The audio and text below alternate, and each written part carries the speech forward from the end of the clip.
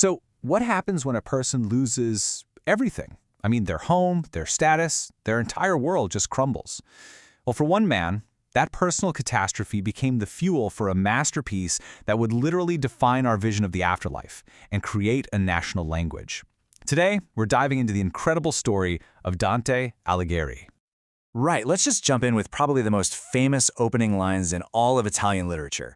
And this isn't just fancy poetry, it's a feeling we all know, right? That moment you realize you are completely, terrifyingly lost. And for Dante, believe me, this wasn't just a metaphor. It was his reality. So here's our plan. We're going to follow Dante's incredible journey from the highest halls of power down to the absolute despair of exile. And we're going to see how that pain gave birth to one of the greatest works of all time. Okay, first things first. Let's just get our heads around the sheer scale of his importance. We're not just talking about some poet. We're talking about a man who literally shaped a country's language, and really our collective imagination. I mean, look at these titles. He's called the Sommo Poeta, the supreme poet. He's considered the father of the modern Italian language, and his work, it's like this crucial bridge that takes us out of the Middle Ages and points the way straight to the Renaissance. But to understand how he earned all this, we've got to go back to the beginning, to his home city of Florence. So two powerful forces really defined Dante's early life: an all-consuming, almost mythical love, and the absolutely brutal, treacherous world of Florentine politics. Both were about to set him on a major collision course with destiny. And it all started when he was just a kid, 9 years old.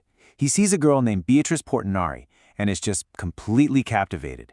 She becomes his lifelong muse, a symbol of divine love. After she dies, he pours all that grief into his first book. But at the exact same time, Dante is climbing the political ladder, and fast. He reaches one of the highest offices in the city, and this, right here, is where all the trouble begins. You have to picture it. 14th century Florence was not some peaceful, beautiful city. No, it was a chaotic battlefield, a city-state just torn apart by warring political factions. And staying neutral? That was not an option. The first big split was between the Guelphs, who backed the Pope's power, and the Ghibellines, who backed the Holy Roman Emperor. Dante's family? They were Guelphs, so that was his team. Simple enough, right? Nope, not even close. The real trouble started when his own party, the Guelphs, just split right down the middle. You had the Black Guelphs, who wanted the Pope to have direct control over Florence, but then you had the White Guelphs, that was Dante's side, and they wanted Florence to stay independent. So here's the crucial thing to understand. Dante was loyal to the Pope spiritually, but he was loyal to his city politically.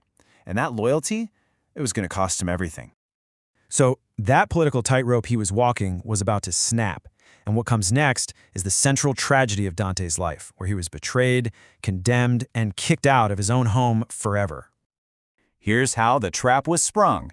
As a city leader, Dante pushes back against the Pope's political meddling. Then, oh so cleverly, he gets sent away to Rome on a diplomatic mission, and while he's gone, his enemies, the Black Guelphs, seize power with the Pope's help. With Dante out of the city, totally unable to defend himself, they immediately charge him with a bunch of fake crimes and condemn him. At age 37, midway upon the journey of his life, Dante Alighieri lost it all. He was sentenced to permanent exile. And get this, if he ever set foot in Florence again, he would be burned at the stake. He would wander Italy as a homeless refugee for the rest of his days. But here's the incredible twist.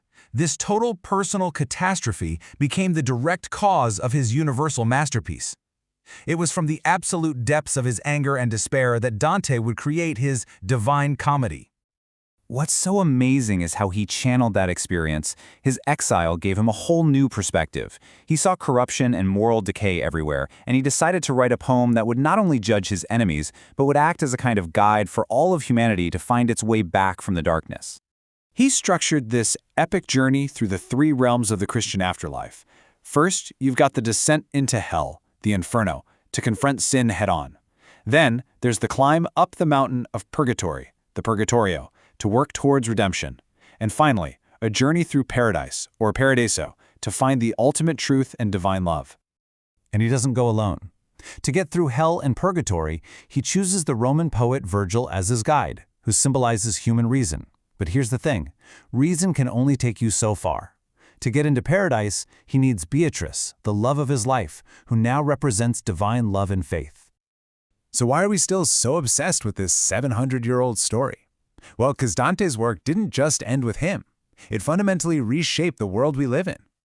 Okay, this is probably his most concrete legacy, and it is honestly hard to overstate.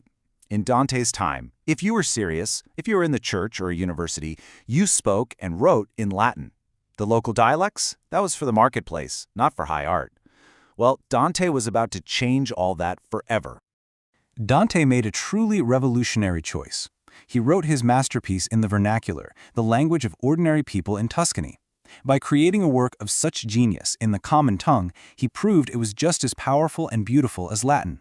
His poem became so popular that his dialect became the standard for all of Italy.